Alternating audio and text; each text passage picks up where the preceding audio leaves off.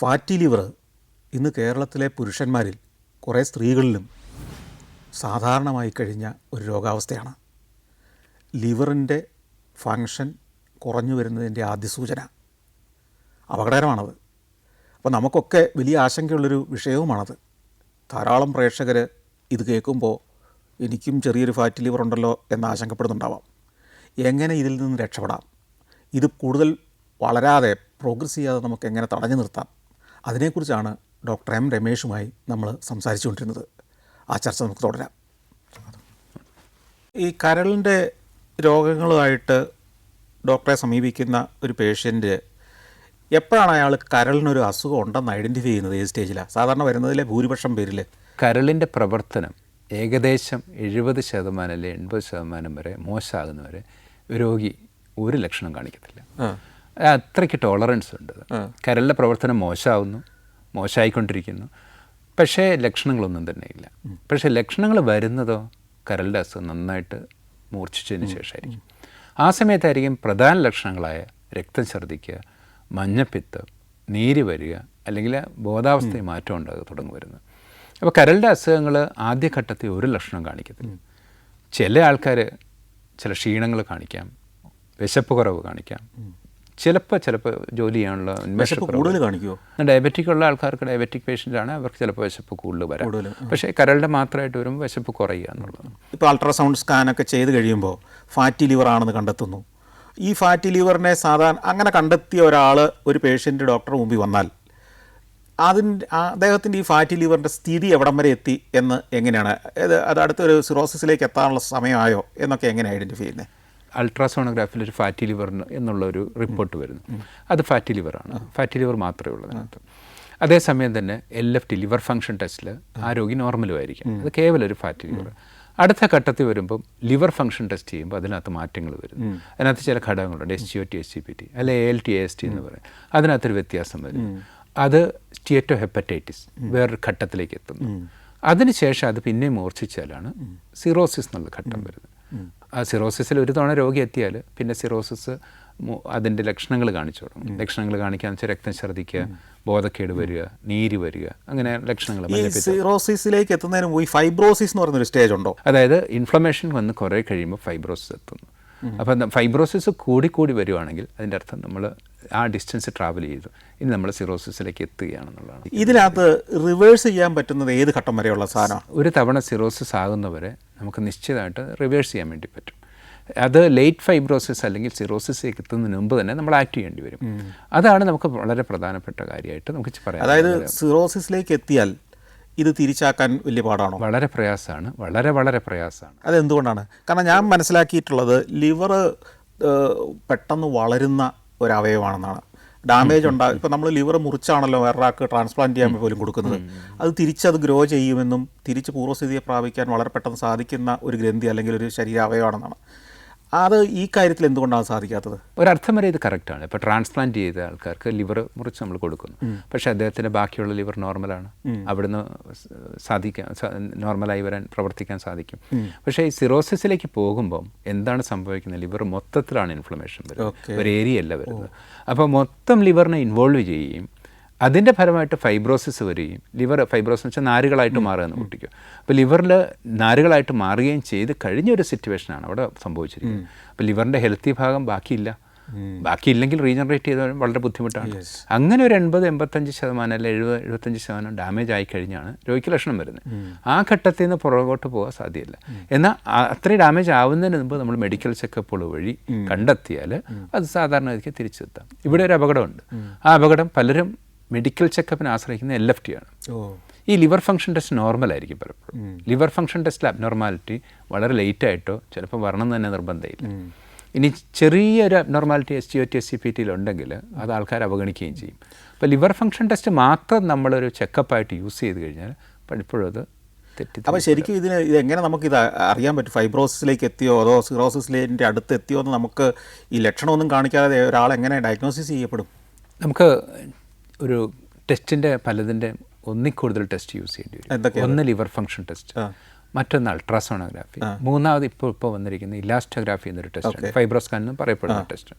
ഇതിൻ്റെ കോമ്പിനേഷൻ വഴി നമുക്ക് മനസ്സിലാക്കാൻ സാധിക്കും. കാര്യം ഒരു ടെസ്റ്റിൽ കിട്ടിയില്ലെങ്കിൽ മറ്റൊരു ടെസ്റ്റ് കിട്ടാം, അല്ലെങ്കിൽ മൂന്നാമതൊരു ടെസ്റ്റ് കിട്ടാം. ചിലപ്പോൾ ഒന്നിക്കുള്ള ടെസ്റ്റുകളിൽ ഈ മാറ്റങ്ങൾ കാണിക്കാം. തീർച്ചയായിട്ടും ഒരു ടെസ്റ്റ് ലിവർ ബയോപ്സിയാണ് ഇതിന് ആധികാരികത ഏറ്റവും കൂടുതൽ. പക്ഷേ ലിവർ ബയോപ്സി നമ്മൾ മനസ്സിലാക്കുന്ന പോലെ അതിനകത്ത് ഒരല്പം റിസ്ക് ഉണ്ട്.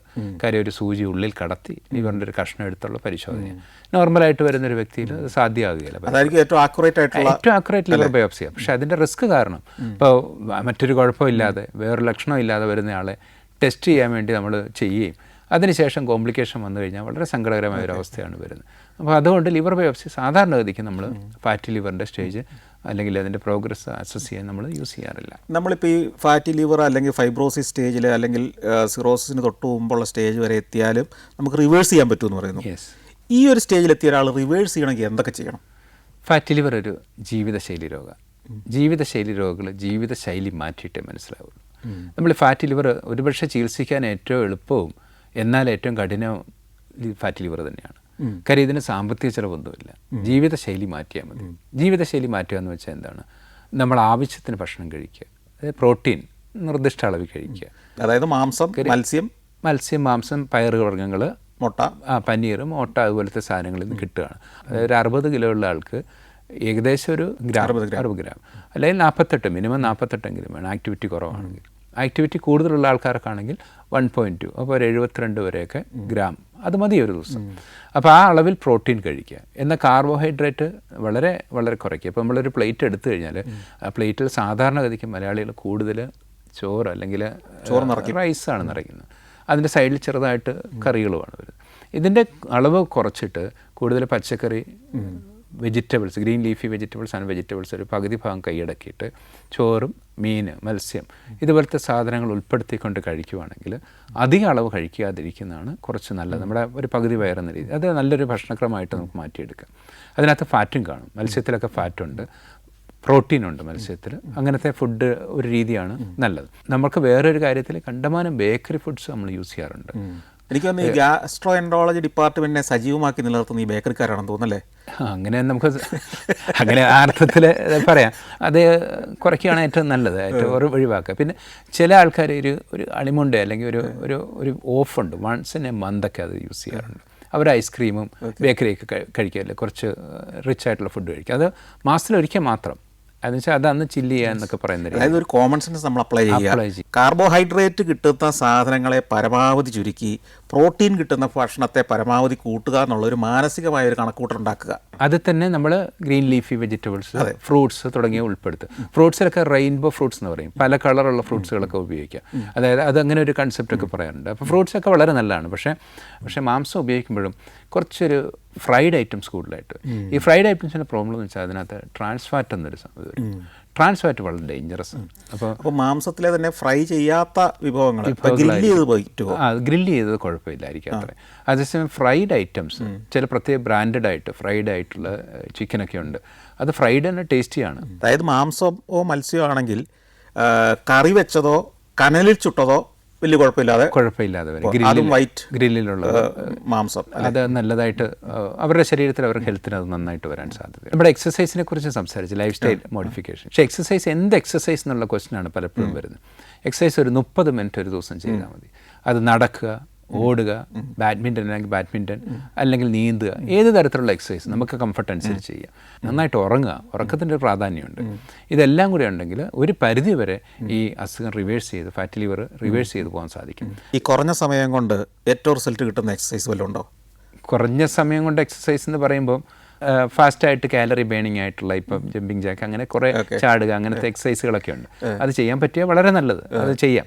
കാര്യം ഇപ്പോൾ നമ്മളൊരു 60 വയസ്സോ 50 വയസ്സോ മുകളിൽ പ്രായമുള്ളവർ പെട്ടെന്ന് കാലറി ബേണിംഗ് എക്സസൈസിലേക്ക് പോകാൻ സാധാരണഗതിക്ക് സാധിക്കുകയില്ല. അവർക്കൊക്കെ സ്റ്റാർട്ട് ചെയ്യാൻ പറ്റുന്ന ഒരു എക്സസൈസ് നടപ്പ് തന്നെയാണ്. നടപ്പ് തന്നെ സ്റ്റാർട്ട് ചെയ്യുക, പിന്നെ കുറച്ച് ഹെൽത്ത് ഇമ്പ്രൂവ് ചെയ്തിട്ട് മറ്റ് എക്സസൈസിലേക്ക് പോകുന്നതായിരിക്കും നല്ലത്. സ്ഥിരമായിട്ട് ചെയ്തു വരുന്നവർക്ക് അവർക്ക് ഏത് തരത്തിലുള്ള എക്സസൈസിലും കുഴപ്പമില്ല. ഈ ജിമ്മിലൊക്കെ പോയതുകൊണ്ട് ഗുണമുണ്ടാവുമോ? ജിമ്മ് തീർച്ചയായിട്ടും നല്ലതാണ്, ടൈം സ്പെൻഡ് ചെയ്യും അതിനകത്തേക്ക് ആ ഒരു ഫോക്കസിൽ. പക്ഷേ ജിമ്മിൽ പോകുമ്പോൾ നമ്മൾ ഫിറ്റ്നസ്, നമ്മുടെ ട്രെയിനിങ്ങിൽ ഫിറ്റ്നസ്സാണ് നമുക്ക് ആവശ്യം, അല്ലെങ്കിൽ ഫാറ്റ് പോവുക എന്നുള്ളതാണ്, അതിലാണ് നമ്മൾ ടാർഗറ്റ് ചെയ്യേണ്ടത്. പക്ഷേ ഒരു കോഷൻ അല്ലെങ്കിൽ ഒരു വാണിംഗ് ഈ സമയത്ത് തരാനുള്ളത്, നമുക്ക് പ്രായമുള്ള ഒരാളാണെങ്കിൽ നമ്മൾ സഡനായിട്ട് വലിയ എക്സസൈസിലേക്ക് പോകുന്നതിന് മുമ്പ് ഒന്ന് കാർഡിയോളജി ഒരു ചെക്കപ്പ് ചെയ്യുന്നത് നല്ലതാണ്. കാര്യം അവരുടെ ഹൃദ്രോഗത്തിൻ്റെ അല്ലെങ്കിൽ ഹൃദയത്തിൻ്റെ സ്റ്റാറ്റസ് എങ്ങനെയുണ്ടെന്ന് അറിയണം.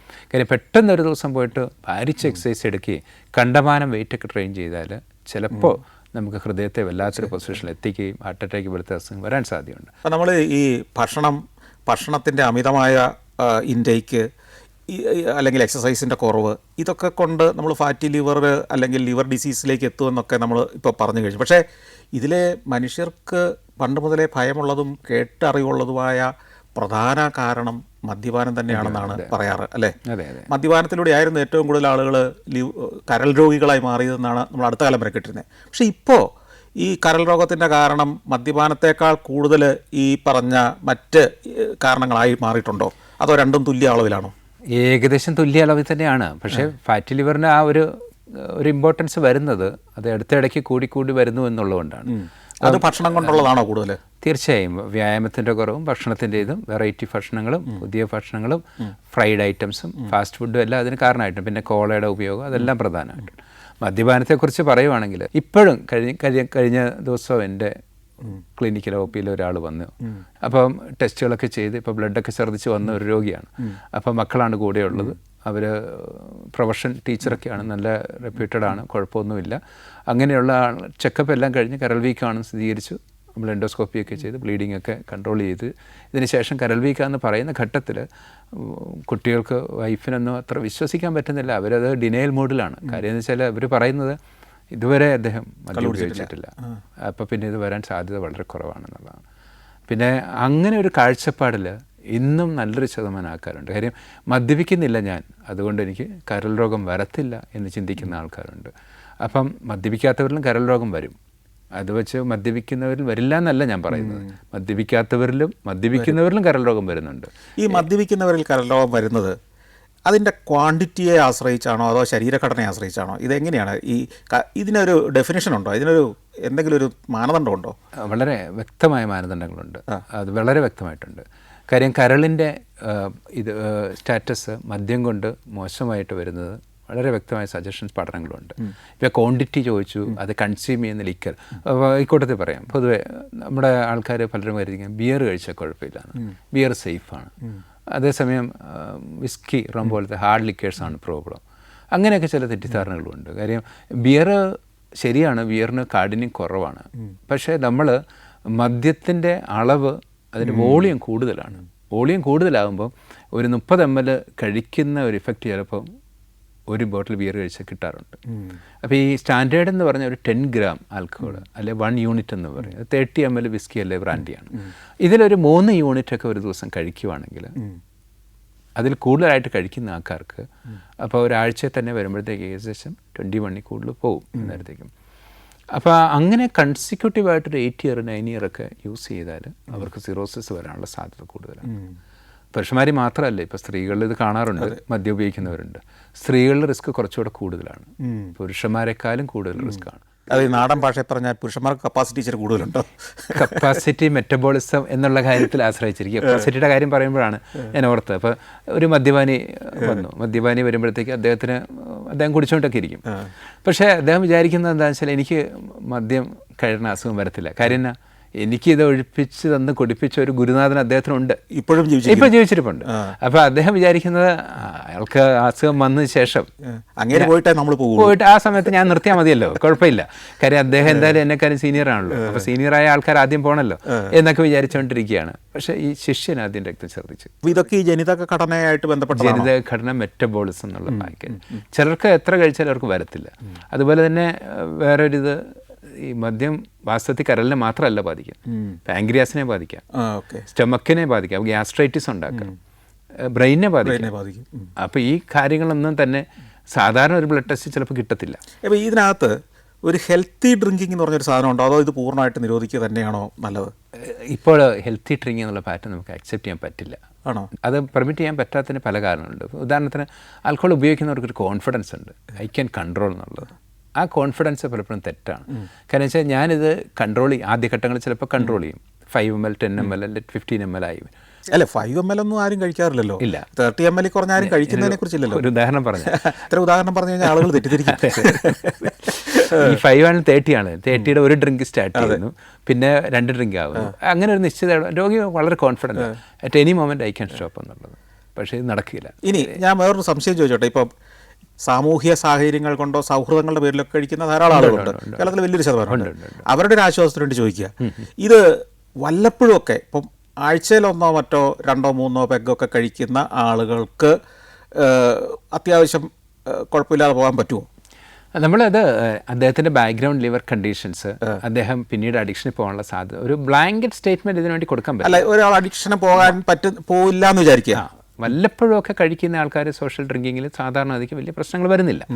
എന്നിരുന്നാലും ഒരു ഡോക്ടർ എന്ന നിലയിൽ അത് പറയാൻ പറ്റത്തില്ല. അതാണ് വലിയൊരു ബുദ്ധിമുട്ടുണ്ടാക്കുന്നത്. ചോദ്യത്തിൻ്റെ ബുദ്ധിമുട്ട് അത് അവിടെയാണ്.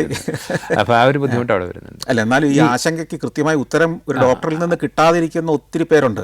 അവരുടെ ടെൻഷൻ ഞാൻ മനസ്സിൽ കാണുന്നുണ്ട്. അതുകൊണ്ടാണ് ഈ ചോദ്യം ചോദിച്ചത്. കേരളം പോലത്തെ ഒരു സമൂഹത്തിൽ ഇത് വളരെയധികം ബുദ്ധിമുട്ടാണ്. പക്ഷേ മദ്യപിക്കുമ്പോൾ പലപ്പോഴും സംഭവിക്കുന്നത് അവർ എൻവയറമെൻ്റ് ഒന്ന് മാറ്റും. എൻവയറമെൻറ്റ് മാറ്റുകയെന്ന് ഞാൻ ഉദ്ദേശിക്കുന്നത് മറ്റൊന്നുമല്ല, മദ്യത്തിന് ഫേവറബിളായിട്ട് കാര്യങ്ങൾ കൊണ്ടെത്തിക്കാൻ ബോധപൂർവ്വം ഒരു ശ്രമം നടത്തും. അല്പം മാനസിക വിൽ പവറും സ്വന്തം ആഗ്രഹങ്ങളെക്കുറിച്ചും സ്വന്തം ജീവിതത്തെക്കുറിച്ചും ഒക്കെ ധാരണയുമുള്ള മനുഷ്യരൊക്കെ ഇന്ന് എനിക്ക് തോന്നുന്ന അത്യാവശ്യം ഞാൻ എപ്പം മദ്യപിക്കണം, കഴിഞ്ഞ ആഴ്ച ഞാൻ മദ്യപിച്ചാണ്, ഈ ആഴ്ച വേണ്ട, അല്ലെങ്കിൽ ഞാൻ ഇത്ര ക്വാണ്ടിറ്റി കൂടുതൽ കഴിക്കില്ല എന്നൊക്കെ തീരുമാനിക്കുന്ന ധാരാളം ആളുകളില്ലേ സമൂഹത്തിൽ? ഇതിൻ്റെ വരമ്പ് വളരെ നേർത്താണ്. കാര്യം ചില സിറ്റുവേഷൻസിൽ വഴി വല്ലപ്പോഴും ഉപയോഗിക്കുന്നവർക്ക് ക്രോണിക്കിലേക്ക് പോവാം. ഈ പറയുന്ന അവരുടെ ഇമോഷണൽ ഫാക്ടേഴ്സ് വരാം, അവരുടെ ജോബ് റിലേറ്റഡ് സ്ട്രെസ് വരാം, അല്ലെങ്കിൽ അവരുടെ എന്തെങ്കിലും രീതിയിൽ കുടുംബത്തിലൊരു വല്ലാത്തൊരു പ്രതിസന്ധി വരുന്നു. ഈ സമയത്ത് ഈ അതിർവരമ്പ് മുറിച്ച് അപ്പുറത്ത് പോകാൻ സാധ്യത. അപ്പോൾ നമ്മൾ ഒരു വിനോദത്തിന് വേണ്ടി തുടങ്ങുവാണെങ്കിലും ഞാനൊരു 2 ഉദാഹരണം വേണേൽ പറയാം. ഇപ്പം ഈ മദ്യം കഴിക്കുന്ന ആൾക്കാരിൽ ചിലർക്ക് ഒരു ധാരണയുണ്ട്, മദ്യം കഴിക്കുന്ന കൂട്ടത്തിൽ തന്നെ കരളിനെ പ്രൊട്ടക്ട് ചെയ്യാൻ ചില മരുന്നുകളുണ്ട്. ഈ മരുന്നുകൾ അങ്ങ് കഴിക്കാം, കരൾ ശുദ്ധീകരിക്കുക എന്നൊക്കെ പറയും. അപ്പോൾ ഒരു കയ്യിലും മദ്യക്കുപ്പിയും മറുകയും മരുന്നുമായിട്ട് ഇവർ കഴിക്കും. അത് ശുദ്ധീകരിച്ചു എന്നൊരു തെറ്റായ ധാരണ വരികയാണ്. പക്ഷേ മദ്യം മൂലമുള്ള കരൾ രോഗം തടയപ്പെടുന്നില്ല, അത് വന്നിരിക്കും. രണ്ടാമത് ചില കൂട്ടരുണ്ട്, അവർക്കറിയാം ഇത് പ്രശ്നമാണെന്നുള്ളത്. അതുകൊണ്ട് അവർ നിശ്ചിത ഇടവേള വിട്ടിട്ട് അവർ പോയിട്ട് ലിവർ ഫംഗ്ഷൻ ഒന്ന് നോക്കും. ലിവർ ഫംഗ്ഷൻ നോർമലാണ്, തുടർന്ന് കുടിക്കും. പക്ഷേ ഒരു പ്രത്യേക ഘട്ടത്തിലെത്തുമ്പോഴായിരിക്കും ഇവർ പോലും മനസ്സിലാക്കുന്നത് ലിവർ ഫംഗ്ഷൻ നോർമലാണെങ്കിലും കരൾ വീക്കം വരാവുന്നതാണ്. അപ്പോൾ ഈ ഇങ്ങനെയുള്ള ജഡ്ജ്മെൻറ്റ് അല്ലെ എൻവയറമെൻറ്റ് അനുകൂലമാക്കാൻ ഞാൻ ഉദ്ദേശിച്ചതാണ്. കാര്യം ലിവർ ഫംഗ്ഷൻ നോർമലാകുമ്പോൾ ഇപ്പോൾ ആരെങ്കിലും വന്ന് പറയും നിങ്ങൾ ഒത്തിരി കുടിക്കുന്നുണ്ട് കേട്ടോ എന്ന്, വീട്ടിൽ ചിലപ്പോൾ വൈഫൊക്കെ ആയിരിക്കും പറയുന്നത്. അപ്പോൾ അവിടെ ചെന്നിട്ട് ഇവർ കാണിക്കും ലിവർ ഫംഗ്ഷൻ നോർമൽ ഞാൻ കഴിഞ്ഞ ആഴ്ച ചെയ്തിട്ടുണ്ട്. ഈ ലിവർ ഫംഗ്ഷൻ നോർമൽ എന്നുള്ള വാക്ക് കേൾക്കുമ്പോൾ വീട്ടിലുള്ളവർക്ക് മിണ്ടാൻ പറ്റില്ല. ഇത് വളരെ പ്രധാനപ്പെട്ട ഒരു കാര്യമാണ്. അതായത് ഒത്തിരി ആളുകൾ മദ്യപിക്കുന്നത് അല്ലെങ്കിൽ മദ്യപാനം തുടരുന്നത് അവരുടെ ഒരു ധൈര്യം ഈ ലിവർ ഫംഗ്ഷൻ ടെസ്റ്റിൽ ഞാൻ നോർമലാണ് എന്നത് മാത്രം, അല്ലെങ്കിൽ ഫാറ്റി ലിവർ എല്ലാവർക്കും ഉള്ളതാണ് എന്നീ 2 കാര്യങ്ങളാണ് പലപ്പോഴും സ്ഥിരം മദ്യപാനികൾ ന്യായമായിട്ട് പറയുന്നത്. അത് രണ്ടും നമുക്ക് വിശ്വസിക്കാൻ കൊള്ളുന്നതല്ല എന്നല്ല എൻ്റെ അർത്ഥം. സയൻറ്റിഫിക്കലി പറഞ്ഞാൽ ഇത് രണ്ടിനും അടിസ്ഥാനമില്ല. അപ്പോൾ ഇതാണ് മദ്യപിക്കുന്നവരെ മനസ്സിൽ വെക്കേണ്ട ഏക കാര്യം. അതെ, വളരെ ഇതായിട്ട് കാര്യം മദ്യം നമ്മളിലുണ്ടാക്കുന്ന ഇമ്പാക്റ്റ് പലപ്പോഴും ഈ കരൾ വീക്കത്തിലേക്ക് പോകുന്നത് കേവലം ഒരു ലിവർ ഫംഗ്ഷൻ ടെസ്റ്റ് കൊണ്ടോ ഒന്ന് പരിശോധിച്ചുകൊണ്ടോ ഒന്നും മനസ്സിലാവില്ല. ചിലപ്പോൾ അൾട്രാസോണോഗ്രാഫി വരും, ചിലപ്പോൾ എൻഡോസ്കോപ്പ് വഴിയായിരിക്കും നമുക്ക് മനസ്സിലാക്കാൻ സാധിക്കുന്നത്. ഈ എൻഡോസ്കോപ്പിയിലൂടെ എങ്ങനെയാണ് ലിവറിൻ്റെ ഫംഗ്ഷൻ അറിയുന്നത്? ലിവറിൻ്റെ അസുഖത്തിൻ്റെ ഒരു ഘട്ടം കഴിയുമ്പോൾ ഈ ബ്ലഡ് ഛർദ്ദിക്കും എന്ന് പറഞ്ഞല്ലോ, അത് അന്നനാളത്തിലല്ലേ വയറ്റിൽ ഞരമ്പ് തടിച്ചു വന്നിട്ടാണ് വരുന്നത്. അത് പ്രോബൻ്റായി. അതായത് ലിവറിൻ്റെ അസുഖം രൂക്ഷമാകുന്ന സമയത്ത് അന്നനാളത്തിലും ആമാശയത്തിലും തടിപ്പുകളുണ്ടായി അതിലൂടെ രക്തം ബ്ലീഡ് ചെയ്യാൻ തുടങ്ങും. അത് ആമാശയത്തിൽ കെട്ടിക്കിടന്ന് അതാണ് പിന്നെ ഛർദ്ദിക്കുന്നത്. അപ്പോൾ അത് ഈ മദ്യപിക്കുന്ന അവസരത്തിൽ ഇപ്പം ഒരാൾ 2-4 ദിവസത്തേക്ക് മദ്യപിച്ചില്ല, അയാൾക്ക് ലിവർ സിറോസിൻ്റെ തുടക്കമാണെന്നറിയാം, പക്ഷേ മദ്യപിച്ച ഉടനെ തന്നെ ഛർദ്ദിക്കുന്നതായിട്ടൊക്കെ ചില സിനിമകളിൽ കാണാറുണ്ട്. അത്ര പെട്ടെന്ന് ഈ കുരു പോലെ ഉണ്ടാവുകയും അത് പൊട്ടുകയും മദ്യം ഉടനെ ചെന്നാൽ ഉടനെ സംഭവിക്കുകയും ചെയ്യുന്നൊരു കാര്യമാണോ, അതോ ഒരു പ്രോസസ്സിലൂടെ കുറച്ച് ദിവസങ്ങൾ കൊണ്ടുണ്ടാകുന്നതാണോ? അത് കരൾ രോഗം വളരെ അഡ്വാൻസ്ഡായി, ആ ഞരമ്പിലെ പ്രഷർ വളരെ കൂടി, അതേത് നിമിഷം പൊട്ടാവുന്നൊരു സിറ്റുവേഷൻ നിൽക്കുമ്പോൾ മദ്യപാനം ഉള്ളപ്പോഴോ ഇല്ലാത്തപ്പോഴോ രക്തം ഛർദ്ദിക്കാം. അതിന് മദ്യം ഒരു പക്ഷേ മദ്യത്തിലെത്തുകയും വളരെ ഉന്മാദാവസ്ഥയിൽ സംസാരിക്കുകയും വളരെ വാശിയോട് സംസാരിക്കുകയൊക്കെ ചെയ്താൽ ചില പ്രഷർ കൂടി ആ സമയത്ത് തന്നെ അത് വരാം. പക്ഷേ മദ്യത്തെ തുടർന്ന് രക്തം ഛർദ്ദിക്കാൻ മറ്റൊരു കാരണം വേണേൽ വരാം. മദ്യം കഴിക്കുന്ന ആൾക്കാർക്ക് ഈ കുറച്ചൊരു വൊമിറ്റിംഗ് ടെൻഡൻസി കൂടും. Vomiting tendency. ഈ വൊമിറ്റിംഗ് ടെൻഡൻസി കൂടുതലാണ്ട് അവർ വൊമിറ്റ് ചെയ്യുമ്പോൾ നന്നായിട്ട് അന്നനാളത്തിൻ്റെ താഴെ ഭാഗത്ത് പൊട്ടൽ വരാം. അതിന് മാലറീവിസ് എന്നൊരു പേരാണ് പറയുന്നത്. മാലറീവിസ് സിൻഡ്രോം എന്ന ആ അസുഖത്തിൻ്റെ പേര്. അവർ അന്നനാളത്തിന് താഴെ പൊട്ടിയിട്ട് ആണ് അവർക്ക് രക്തം വരുന്നത്. അത് സ്വാഭാവികമായിട്ടും വേറൊരു എൻറ്റിറ്റിയാണ്. പക്ഷേ അത് കുറച്ചുകൂടെ ട്രീറ്റ്മെൻറ്റിന് പെട്ടെന്ന് കൺട്രോൾ ചെയ്യാൻ പറ്റുന്ന. അവർക്ക് സിറോസിസ് വരണം നിർബന്ധമില്ല. ഇപ്പോൾ ഒരു മദ്യപിച്ചുകൊണ്ടിരിക്കുന്ന ഒരാൾ മദ്യപിച്ച് ഛർദ്ദിക്കാറുണ്ട്. ഇങ്ങനെ ഛർദ്ദിക്കുന്ന ടെൻഡൻസി ഉണ്ടാകുന്നത് കരൾ മോശമാകുമ്പോഴാണോ കരൾ ഹെൽത്തി ആയിരിക്കുമ്പോഴാണോ? നാടൻ ഭാഷയിൽ അതിന് വേറെ വാക്കുകളൊക്കെ ഉണ്ട്.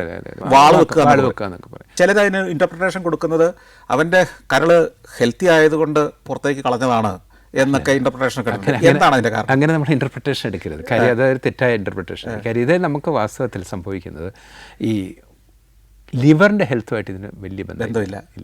കാര്യം ഇതിനകത്ത് വരുന്നത് നമ്മുടെ ഗ്യാസ്ട്രൈറ്റിസ് പാർട്ട് എന്ന് പറയുന്നത്. സ്റ്റൊമക്ക് കാരണം ഗ്യാസ്ട്രൈറ്റിസ് വരാം, അതുപോലെ ഛർദ്ദിക്കാം. അതുപോലെ ആൽക്കഹോളിൻ്റെ ഇഫക്റ്റ് ബ്രെയിനിൽ വരാം. ബ്രെയിനിൽ നിന്ന് സ്റ്റിമുലേറ്റ് ചെയ്ത് വൊമിറ്റിംഗ് ആവശ്യത്തിലായി എന്നുള്ളത് വരുമ്പോൾ അതൊരു സ്റ്റിമുലേഷൻ അവിടെ നിന്ന് വന്ന് ഛർദ്ദിക്കാം. അത് കരളിൻ്റെ ഹെൽത്തുമായിട്ട് ലിങ്ക് ചെയ്യാൻ വേണ്ടി നമ്മൾ നോക്കുമ്പോഴാണ് തെറ്റ് വരുന്നത്. ഞാൻ പറഞ്ഞല്ലോ, ഈ സിറ്റുവേഷൻ അനുകൂലമാക്കാൻ ആൽക്കഹോളുള്ള ആൾക്കാർ പലപ്പോഴും പല ന്യായങ്ങൾ ഉപയോഗിക്കും. അതാണ് ഇതിനകത്ത് കാണുന്നത്. ലിവർ സിറോസിസിലേക്ക് എത്തി, ഇനി ലിവർ ഒന്ന് മാറ്റി വെച്ചേ പറ്റൂ, ട്രാൻസ്പ്ലാന്റ് ചെയ്തേ പറ്റൂ എന്നുള്ള അവസ്ഥ എത്തുന്നത് എപ്പോഴാണ് ശരിക്കും? ലിവറിൽ നമ്മൾ സിറോസിസിൻ്റെ ആദ്യഘട്ടങ്ങളിലൊക്കെ നമ്മൾ ട്രീറ്റ്മെൻറ്റ് എടുക്കുന്നത് നമ്മൾ മെഡിസിൻസ് വഴിയാണ്. പിന്നെ അതിൻ്റെ റിസ്ക് ഫാക്ടേഴ്സ് എല്ലാം അവോയ്ഡ് ചെയ്യാനുള്ള ശ്രമം നടത്തുക. അതായത് നേരത്തെ പറഞ്ഞ പോലെ ഫാറ്റ് ഉണ്ടെങ്കിൽ അത് കുറയ്ക്കുക, അതുപോലെ തന്നെ നമ്മളെ ഡയറ്റ് പ്രോപ്പറാക്കുക, ആൽക്കഹോൾ സ്റ്റോപ്പ് ചെയ്യുക. ഇതിനോടൊപ്പം തന്നെ നമ്മൾ പറയാൻ വിട്ടുപോയതുകൊണ്ട് ഒരു ഹെപ്പറ്റൈറ്റിസ് എന്നൊരിതുണ്ട്. ഹെപ്പറ്റൈറ്റിസ് ബി, ഹെപ്പറ്റൈറ്റിസ് സി, മറ്റ് പല കാരണങ്ങളും ചിലപ്പോൾ ഇതിനുമായിട്ട് വരും. അപ്പോൾ ഈ കാരണങ്ങൾ പ്രോപ്പറായിട്ട് ഇവാലുവേറ്റ് ചെയ്ത് ടെസ്റ്റ് ചെയ്യും.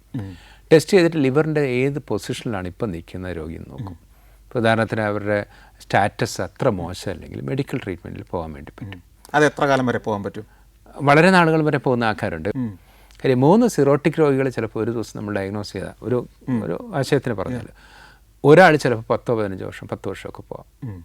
ചിലർക്ക് ചിലപ്പോൾ 3 മാസം പോലും ജീവിച്ചിരിക്കാനുള്ള ഭാഗ്യം കിട്ടത്തില്ല. ചിലർ ചിലപ്പോൾ 3 വർഷം 4 വർഷം പോകാം.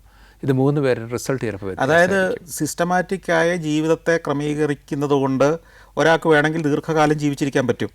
സിസ്റ്റമാറ്റിക്കായിട്ട് ക്രമീകരിക്കുന്നവർക്ക് സാധ്യത കൂടുതലുണ്ട്. പക്ഷേ എന്നിരുന്നാലും ഒരു വ്യക്തിക്ക് എന്ത് സംഭവിക്കും എന്നുള്ളത് അയാളുടെ ജീവിതം തന്നെ തെളിവായിട്ട് വരേണ്ടി വരും. ഇപ്പോഴും നമുക്ക് മെഡിക്കലി പൂർണ്ണമായിട്ട്. പക്ഷേ ഒരാളുടെ ആരോഗ്യം മെച്ചപ്പെടുത്തുന്നതിന് ഇതുപോലെ അസുഖങ്ങൾ, അതിൻ്റെ റിസ്ക് ഫാക്ടേഴ്സ് അവോയ്ഡ് ചെയ്യുക, അല്ലെങ്കിൽ ഈ പറയുന്ന പോലെ മദ്യം ഉണ്ട് നിർത്തുക, ഹെപ്പറ്റൈറ്റിസ് ബി ഉണ്ട്, അങ്ങനത്തെ കാര്യങ്ങളൊക്കെയാണ്. ഇങ്ങനെ ചെയ്തിട്ട് ഒരു ആവറേജ് ലൈഫ് എന്ന് പറയുന്നത് പലപ്പോഴും നമുക്കിപ്പോൾ കൂട്ടി കൊണ്ടുപോകാൻ സാധിക്കുന്നുണ്ട്. അതിനൊരു റീസൺ കുറച്ചുകൂടെ നേരത്തെ നമ്മളൊരു അസുഖം കണ്ടുപിടിക്കുന്നു എന്നുള്ളത് തന്നെയാണ്. അതോടൊപ്പം തന്നെ നമ്മൾ മുമ്പോട്ട് പോകും തോറും നമുക്ക് ഈ പറയുന്ന പോലെ ട്രാൻസ്പ്ലാന്റേഷൻ കുറച്ച് ആൾക്കാരിൽ ആവശ്യമായിട്ട് വരും. അത് ഏത് ഘട്ടത്തിലാണെന്ന് വെച്ചാൽ നമ്മൾക്ക് ട്രീറ്റ്മെൻറ്റിൽ കൺവെൻഷണൽ രീതിയിൽ ബിഹേവ് ചെയ്യുന്നില്ല. അത് ബ്ലഡ് ക്ലോട്ട് ചെയ്യാനുള്ള ടെൻഡൻസി വളരെ കുറഞ്ഞു വരുന്നു, വയറിൽ നീര് കൂടുന്നു, അവരുടെ ബോധാവസ്ഥയിൽ മാറ്റം വരുന്നു, മഞ്ഞപ്പിത്തത്തിൻ്റെ അളവ് കൂടുന്നു, മറ്റ് അവയവങ്ങളിലേക്ക് അസുഖം സിറോസിസ് ബാധിക്കുന്നു. ഉദാഹരണത്തിന് പറഞ്ഞു കഴിഞ്ഞിട്ടുണ്ടെങ്കിൽ നമ്മൾ കിഡ്നിയെ ബാധിക്കാം. കുറച്ച് സീരിയസ് അവസ്ഥയിലാണ് അത് ബാധിക്കുന്നത്. അപ്പോൾ കിഡ്നിയൊക്കെ ബാധിച്ചു കഴിഞ്ഞാൽ രോഗിയുടെ സർവൈവലിലെ നാളുകൾ കുറഞ്ഞു വരുന്നു എന്നുള്ള സൂചന വരും. ഈ ഘട്ടങ്ങൾ അല്ലെ ലിവറിൽ മുഴകൾ വരുന്നു, ലിവർ ക്യാൻസർ വരാനുള്ള ടെൻഡൻസികളുണ്ട്. അപ്പോൾ ഇങ്ങനെയുള്ള ഘട്ടങ്ങൾ വരുമ്പോൾ തുടരെ വയറ്റിൽ നിന്ന് വെള്ളം കുത്തിയെടുക്കേണ്ട അവസ്ഥ വരുന്നു. ഈ അവസ്ഥയിലൊക്കെ വരുമ്പോഴത്തേക്കും നമുക്ക് രോഗിയുടെ അവസ്ഥ ഇച്ചിരി മോശമായി ട്രാൻസ്പ്ലാന്റേഷനിലേക്ക് പോകേണ്ടി വന്നേക്കാം. പക്ഷേ ട്രാൻസ്പ്ലാന്റേഷൻ നമുക്ക് പറയാൻ വളരെ ചലഞ്ചിങ് ഒരു ട്രീറ്റ്മെൻറ്റാണ്. എനിക്ക് തോന്നുന്നത് ഏറ്റവും ഒരു വെല്ലുവിളി നിറഞ്ഞ ട്രാൻസ്പ്ലാന്റ് ലിവറിൻ്റെ ആണെന്ന് തോന്നുന്നല്ലേ? വളരെ കോംപ്ലക്സ് ആയിട്ടുള്ളൊരു പ്രക്രിയയാണ്. അതിൻ്റെ ഒന്നാമത് ഒരു ലിവറേ ഉള്ള ഒരാൾക്ക് അത് പകുതി ഡൊണേറ്റ് ചെയ്യേണ്ടി വരും. യോജിക്കുന്ന ഒരു ഡോണർ വേണം. യോജിക്കുന്ന ഡോണർക്ക് അസുഖം കാണാൻ പാടില്ല, മറ്റു തരത്തിലുള്ള പ്രോബ്ലം കാണാൻ പറ്റുന്നില്ല. അത് യോജിച്ച് കഴിഞ്ഞിട്ടുണ്ടെങ്കിൽ ആ യോജിച്ച ആളുടെ ലിവർ എടുത്ത് കൊടുക്കാം. രോഗിക്ക് അണുബാധയൊന്നും ഉണ്ടാവാൻ പാടില്ല ആ സമയത്ത്. അങ്ങനെ പല കാര്യങ്ങളുണ്ട്. അപ്പോൾ വളരെ ചലഞ്ചിങ് ആൻഡ് കോംപ്ലക്സ് ആയിട്ടുള്ള ഒരു ഇതാണ് അന്നേരത്തേക്കും. അപ്പോൾ ശരിക്കും പറഞ്ഞാൽ നമ്മളുടെ ജീവിതചര്യ ഒന്ന് ഡിസിപ്ലിൻഡ് ആക്കി കഴിഞ്ഞാൽ ഈ കരൾ രോഗം എന്ന് പറയുന്ന അവസ്ഥയിൽ നിന്ന് നമുക്ക് മലയാളികളുടെ വലിയൊരു സമൂഹത്തെ രക്ഷപ്പെടുത്താൻ പറ്റും അല്ലേ? ജീവിതശൈലിയാണ് ഏറ്റവും പ്രധാനം. ജീവിതശൈലി രോഗങ്ങളിൽ നമ്മൾ കൺട്രോൾ ചെയ്യുന്നത് ജീവിതശൈലി മാറ്റി തന്നെയാണ്. ആ ശൈലി മാറ്റുമ്പോൾ ആദ്യത്തെ ഒരു 3-4 ആഴ്ച മാത്രമേ ബുദ്ധിമുട്ട് വരത്തുള്ളൂ. ഇപ്പോൾ കോഫി തന്നെ എടുത്ത് നോക്കുക. കോഫി ലിവറിന് ഏറ്റവും അനുകൂലമായിട്ടുള്ളൊരു ഫുഡാണ്. ബ്ലാക്ക് കോഫി മധുരം ഇല്ലാതെ കുടിക്കണം എന്നാണ് പറയുന്നത്.